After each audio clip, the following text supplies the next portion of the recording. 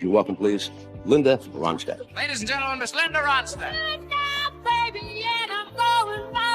Linda Ronstadt had a voice so powerful it could bring stadiums to their feet. But then, her life took a shocking turn. A rare illness silenced her incredible voice, forcing her to step away from the spotlight. What was it like to lose the gift that made her famous? And how has she found a new way to inspire the world? Try not to gasp when you hear her story. I lived with a bunch of people that I knew from Tucson on the beach, and we just started hanging around the Troubadour. You know, the Troubadour is really responsible for the entire music scene over here. You know, Doug Weston is really, has kept a quality club with a good sound system, place where performers can be very comfortable and do their best, and other people can see. Linda Ronstadt was born on July 15, 1946, in Tucson, Arizona. From the start, music was all around her. Her dad, Gilbert Ronstadt, loved singing Mexican songs and playing the guitar. Her mom, Ruth Mary, introduced her to Broadway and classical music.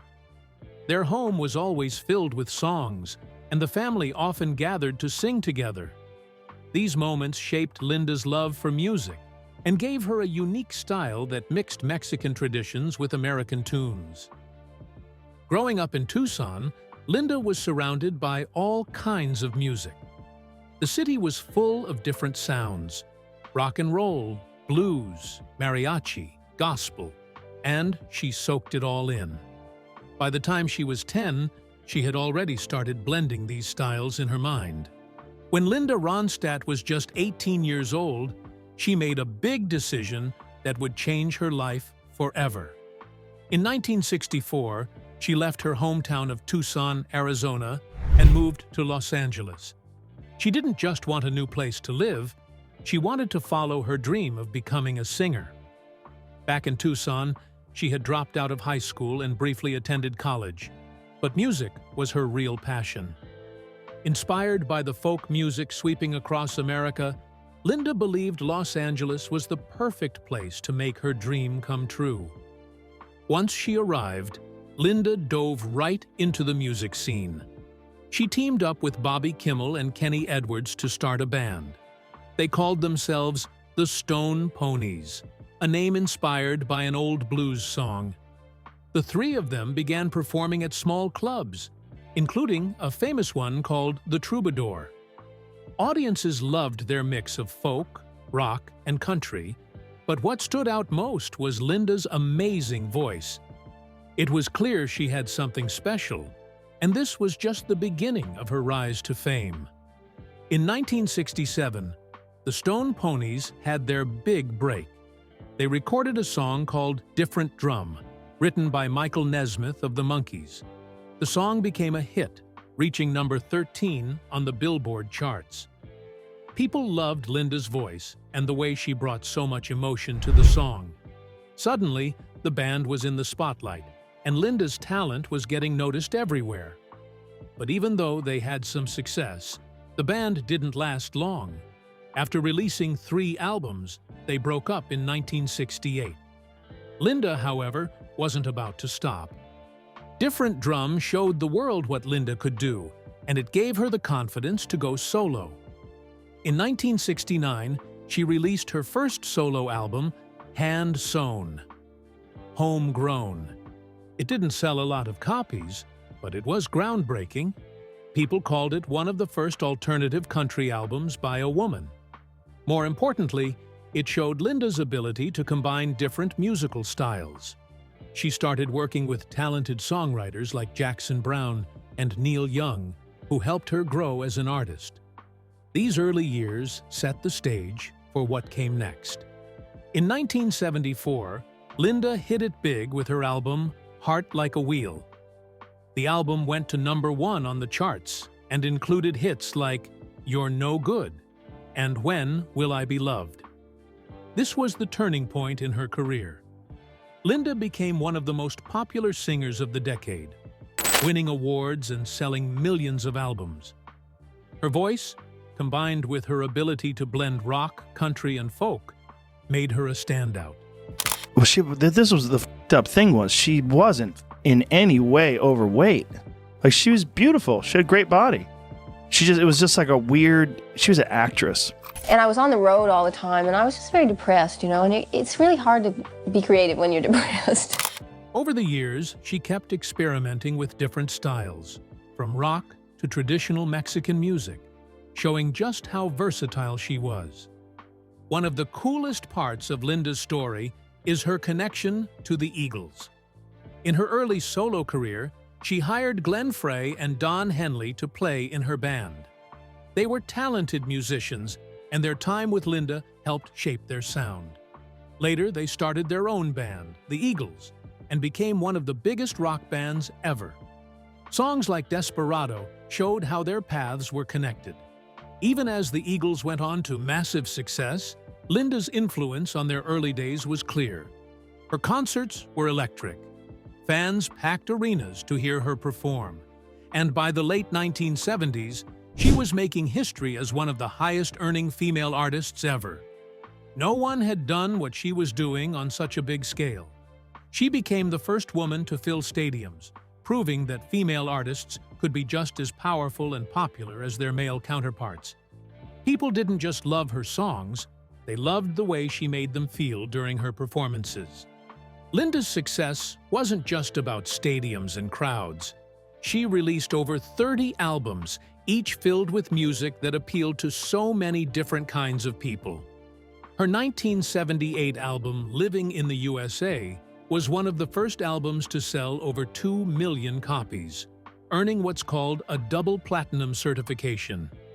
Songs like Back in the USA and Blue Bayou were big hits and showed her talent for mixing rock, country, and pop music into something everyone could enjoy. By the time her career hit its peak, she had sold over 100 million records, becoming one of the best-selling female artists in history. Albums like Simple Dreams, with songs like It's So Easy and Ooh Baby Baby, made her a household name and showed her ability to pick songs that truly resonated with people. What made Linda stand out even more was her ability to try new things. She didn't stick to just one type of music. She started with folk rock in the 1960s when she performed with the Stone Poneys. But she soon moved into rock, country, and even traditional Mexican music. Her album Canciones de Mi Padre brought Mexican songs to a whole new audience. She also worked with other famous artists like Dolly Parton and Emmylou Harris on the trio albums. These collaborations showed how flexible and talented Linda was, making her stand out from other artists of her time. You know, I didn't do it because it was a career move. I did it because I love Mexican music passionately, I love the culture passionately, and I wanted to explore. Linda wasn't just a music icon, she became a cultural icon too. She was on the cover of Rolling Stone magazine 6 times, something very few female artists could claim at the time. Her first cover came in 1970, when she was just starting to build her solo career. Over the years, her appearances on the magazine showed her rise to fame and celebrated how she broke barriers for women in the industry. Her glamorous yet approachable image helped her connect with fans and challenge the way women were seen in rock music. Linda Ronstadt's personal life has always been fascinating, especially her relationships and choices. One of the most talked about parts of her life was her romance with Jerry Brown, the governor of California. They started dating in the mid-1970s, at a time when both were at the top of their careers. Linda was a famous singer with big hits like You're No Good and Blue Bayou. Jerry was a serious politician with big ideas for California. They were very different, but somehow they just worked together. In her book, Simple Dreams, Linda wrote about how Jerry was smart and funny, and how his calm and disciplined life felt like a nice break from her busy and chaotic world of music. People loved watching their relationship, and it became a big topic in the media. Linda even performed at events to support Jerry's political campaigns, including a huge concert in 1979 where she sang for more than 10,000 people. Even though they cared deeply for each other, their relationship ended in the early 1980s. They stayed on good terms and remembered the good times they shared. Another important part of Linda's life was her relationship with George Lucas, the man behind Star Wars. They met through friends in the 1970s and quickly connected over their love for creativity and storytelling. George admired Linda's talent and personality so much that he said she inspired parts of Princess Leia's character. Despite being together for some time, they kept their relationship very private. Both of them were independent people, and they understood the pressures of being famous. No, I don't think so. It's part of the job. I mean, you do find private things to do with people, and you find private ways to spend your time and enjoy yourself, but it's getting harder. Over time, they grew apart. But Linda always spoke kindly of George and his influence on her life. Linda made it clear that she didn't believe in following traditional rules when it came to love or relationships. She never got married, choosing instead to stay independent. Growing up in Tucson, Arizona, she learned from her family to value freedom and individuality. Marriage, she said, just wasn't something she needed to be happy. Her relationships, like those with Jerry and George, were meaningful but never tied her down. She believed in living life her own way, without feeling pressured by what society expected. In 1990, Linda decided to adopt 2 children, a daughter named Mary Clementine and a son named Carlos.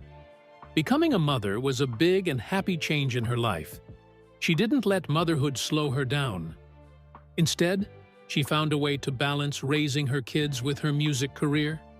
She gave them a home filled with love and creativity, teaching them about music and encouraging them to explore their own interests. In 2000, Linda Ronstadt's life took an unexpected turn.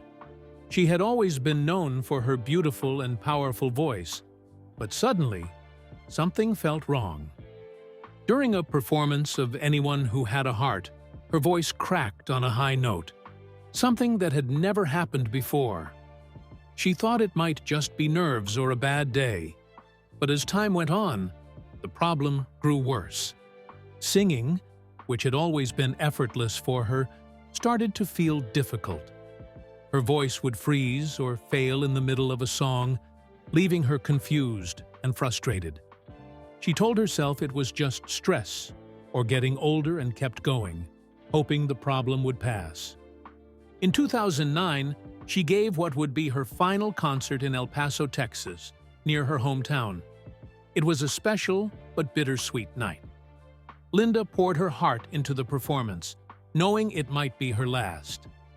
Fans didn't know the extent of her struggles, but for Linda, it was an emotional farewell. By 2011, she could no longer continue. Her voice had deteriorated so much that she made the painful decision to retire from singing. "I cannot sing a note," she admitted in an interview. For someone whose entire life revolved around music, this was devastating. After retiring, Linda sought answers for what had caused her voice to fail so suddenly and completely. At first, doctors believed she had Parkinson's disease, a condition that affects movement and coordination.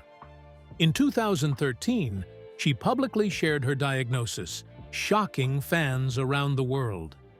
Many found it hard to believe that one of the greatest voices of her generation could be silenced by such a disease. However, her journey took another unexpected turn. Years later, doctors discovered she didn't have Parkinson's after all. Instead, she was diagnosed with a rare and more aggressive condition called progressive supranuclear palsy, PSP. I tried several drugs. I didn't try injectables. I wasn't interested in psychedelics. And if I did cocaine, it just made me really nervous. It made my nose bleed. So I thought, why do I need this? Like Parkinson's, PSP affects movement, but it also impacts balance, eye movement, and speech. It progresses faster and doesn't respond well to treatment. This new diagnosis was another heavy blow for Linda. She had hoped that Parkinson's therapies might help her symptoms, but with PSP, there were no effective treatments. Simple tasks became harder, and she had to adapt to the reality of living with a degenerative illness that would only get worse over time. When she stepped away from the stage, she made a bold decision to move to San Francisco. This wasn't just a change in location, it was a fresh start. The city's rich cultural scene became her new home, allowing her to stay connected to the world of music and art, even though she could no longer sing. San Francisco's vibrant energy and artistic community gave her a new purpose, and she embraced her role as a supporter and mentor. She dedicated her time and resources to helping others in the music industry, showing that her passion for creativity never faded. Linda also discovered a new talent: writing. Her memoir, Simple Dreams, became her way of sharing her extraordinary journey with the world. Writing was something completely new for her, but she grew into it, learning as she went. In her memoir, she opened up about her 45-year career, her relationships with fellow artists, and what it was like to navigate the male-dominated music industry in the 1970s and 1980s. It wasn't just a book about music, it was a deeply personal story that let fans see the woman behind the legend. Over her decades-long journey, she won 11 Grammy Awards, proving she could shine in any genre she touched. She became the first female artist to release 4 consecutive platinum albums, an achievement that marked her as a true pioneer. Her Grammys reflect her range.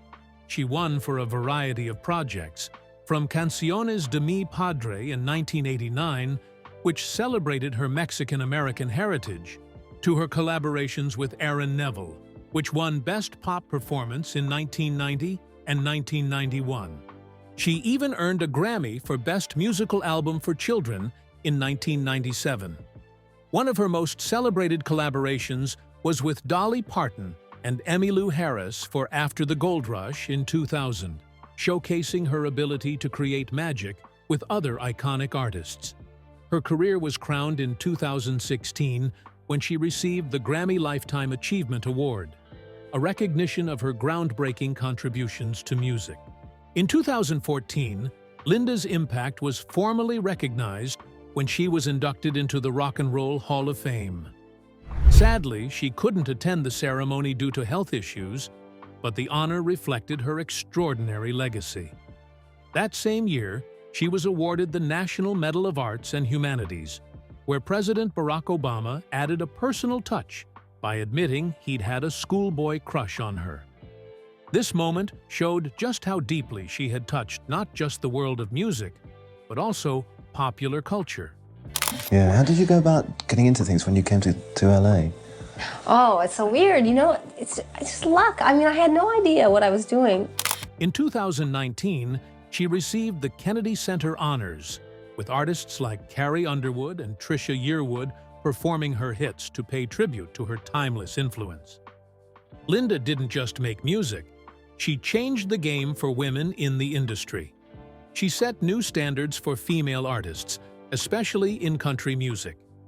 Trisha Yearwood once revealed that when she walked into her first meeting with a producer, she carried Linda's Prisoner in Disguise album as her blueprint. Linda's commercial success was staggering, with over 50 million records sold worldwide and more than 30 singles on the Billboard Hot 100. Despite her immense achievements, she was often self-critical. She even joked that listening to her old recordings could ruin her mood for weeks. Yet, her influence on artists like Bonnie Raitt, Sheryl Crow, and countless others remains undeniable. Beyond her chart-topping hits, Linda's true legacy lies in her fearless genre crossing. She mastered everything from rock to opera, country to traditional Mexican folk music. In 1969, she broke new ground by releasing Hand Sewn. Homegrown, the first alt-country album by a female artist. This versatility was her hallmark, She could move effortlessly between styles while staying authentic in each one. Over her career, she performed in over 120 albums worldwide, a testament to her dedication and artistry. After stepping away from performing, Linda Ronstadt became a strong advocate for raising awareness about neurological diseases. Her work goes beyond health issues, as she's deeply passionate about preserving Latin culture and music, which reflects her Mexican-American roots. In 2022, she published Feels Like Home, a song for the Sonoran borderlands. What started as a simple cookbook turned into a heartfelt exploration of her cultural heritage and immigration stories. Linda has also stayed socially active. Recently, she made waves by opposing political events at a music hall named after her in Tucson, showing she's still deeply engaged with issues she cares about. Her diagnosis has had a big impact on the world of neurological research. In 2012, she was initially told she had Parkinson's disease, but in 2019, her condition was correctly identified as progressive supranuclear palsy. This journey brought attention to how complex and challenging neurological diagnoses can be. Linda's openness about her condition has encouraged more research and funding for degenerative neurological diseases. Having lost her singing voice after a career of over 120 albums, her story has also given scientists new insights into how these conditions affect fine motor skills and vocal abilities. Linda's musical influence hasn't faded. In February 2023, her song Long, Long Time saw a massive 15,000% spike in streaming after being featured in HBO's The Last of Us. Her career was all about versatility. She worked with artists as varied as Frank Zappa and Dolly Parton, and mastered genres from rock to opera. She made history as the only woman to achieve 5 consecutive platinum albums, breaking barriers in an industry dominated by men. Her impact on pop music is undeniable, with later artists borrowing elements she pioneered.